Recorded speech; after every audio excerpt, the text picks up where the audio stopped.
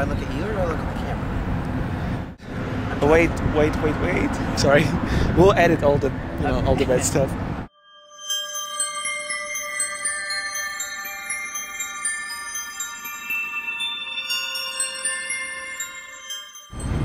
I think the reason it's called the anatomy of an article is so we can sort of analyze the start to finish process of a paper and examine how long it takes, what's involved, the research, the editing process, and how we take an idea and put it on paper and then weed out what we want, what we don't want, what our thesis is, and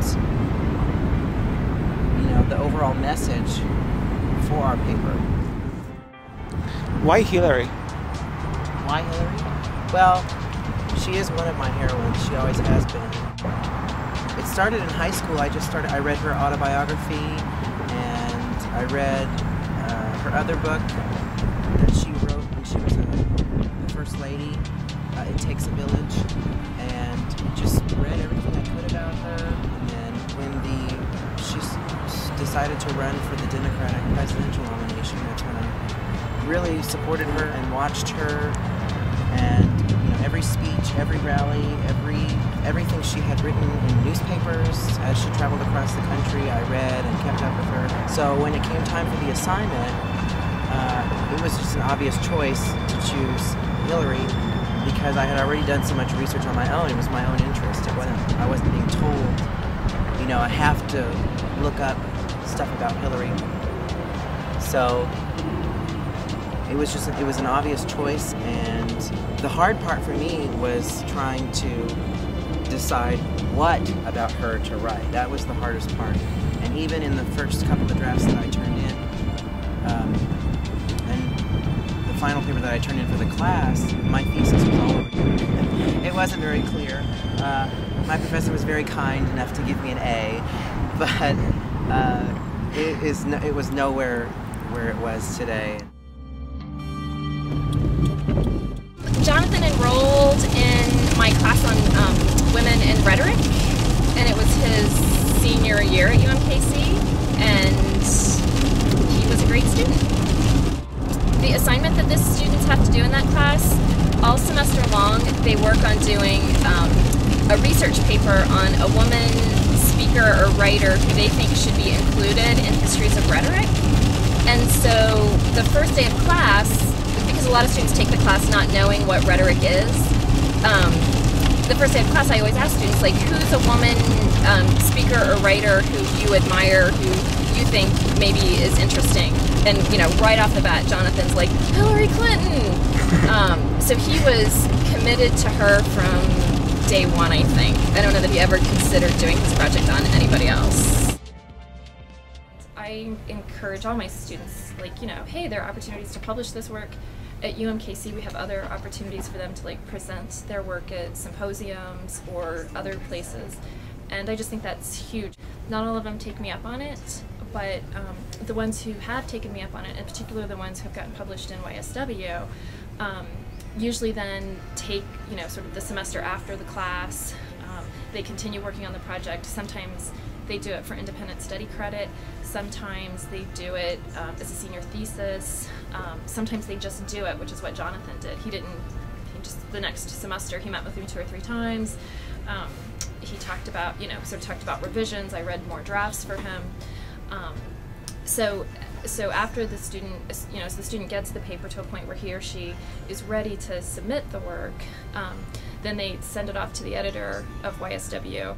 And the editor reads through it, and if it kind of fits the scope of young scholars in writing and is sort of what the journal generally looks for, then it's sent to 2 peer reviewers who are undergraduates who have either published in YSW. The peer reviewers have a detailed form that they fill out that talks about sort of the essay's strengths, ways the essay could be improved, and then there are sort of 4 categories: accept with minor revisions, revise and resubmit, or reject. Most of the YSW students get revise and resubmit. Occasionally they'll get an accept with minor revisions. So based on what the peer reviewers say, then as the editor, I would send it out to members of our editorial board who are faculty members from everywhere from the University of Sydney in Australia to Boise State to Texas A&M Commerce, all over the place. And that faculty member then will read the essay and read the peer reviews and make a decision about whether the piece moves forward and the student is invited to revise and resubmit, or whether it's probably not going to work out. So then that person lets me as the editor know what he or she decides, and then they communicate with the student author, and in the case of a revision says, you know, here are changes I'd like to see. If you're willing to continue working on this, let me know. And when the faculty advising editor says, you know, this is done, this is where it needs to be, which is usually in September, maybe early October, it comes back to me, I take a quick read, it goes off to a copy editor, she copy edits, we send it back to the student to sort of approve often their queries, we get that all finalized, then it's proofed and printed. My professor and I had worked on it so much for so long together that it kind of got too close. Both of us got too close to the project, and so it was hard to keep an objective eye on what I was writing. So it wasn't until Dr. Patty Hanlon Baker at Stanford took a look at it and wrote a very long letter of suggestions that I was finally able to see it from a different perspective. He had a lot going on in the early draft, and it was all very interesting, but given page limits, given the kind of need to really develop the richness of his argument, I felt like he needed to cut things.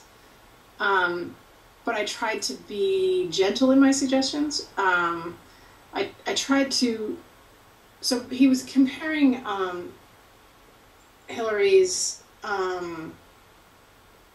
early writings and her later writings and her early speeches and her later speeches. And although those are all written documents, written speeches are written for a listening audience, which is a different audience than writing. And so I tried to ask the question, can you think about this article as maybe focusing on writing or oral arguments? Because as she's growing in all these ways that he was trying to make an argument for, how she presented them in a written text versus an oral text could be different. And so because he needed to think about sort of focus and organization, I said I thought he either needed to really pull these apart and have almost two separate sections, or dump one, just because, as interesting as it was getting a little tangled up. I sent him articles because I actually taught a class on political rhetoric before, and I had a wonderful article that talked about the changes in Hillary's rhetoric from in her speeches from First Lady to her speeches as Senate candidate. And I think that helped him see kind of what I was trying to talk about, that it was, you know, some sort of parallel comparisons versus, you know, writing, speaking, writing. I think later on, as we were getting closer to deadlines, I might have been a little more, I'm not sure how he described the differences in my comments, but I think I was a little more, I think here you're saying blank. Is that correct? It's quite nice to work with a student who really embraced that, because that's hard for writers to really embrace that. So yeah, I think I would say that. And well done, yay, it's all done.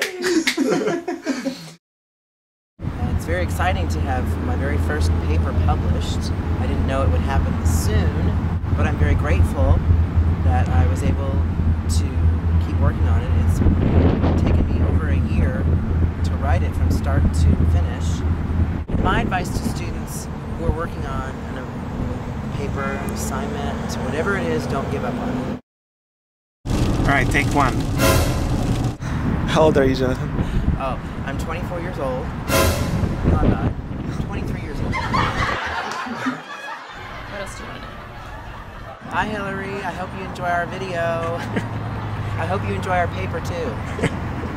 Yeah, make sure and read it. Yeah, you better make sure and read it. We'll edit that. Good.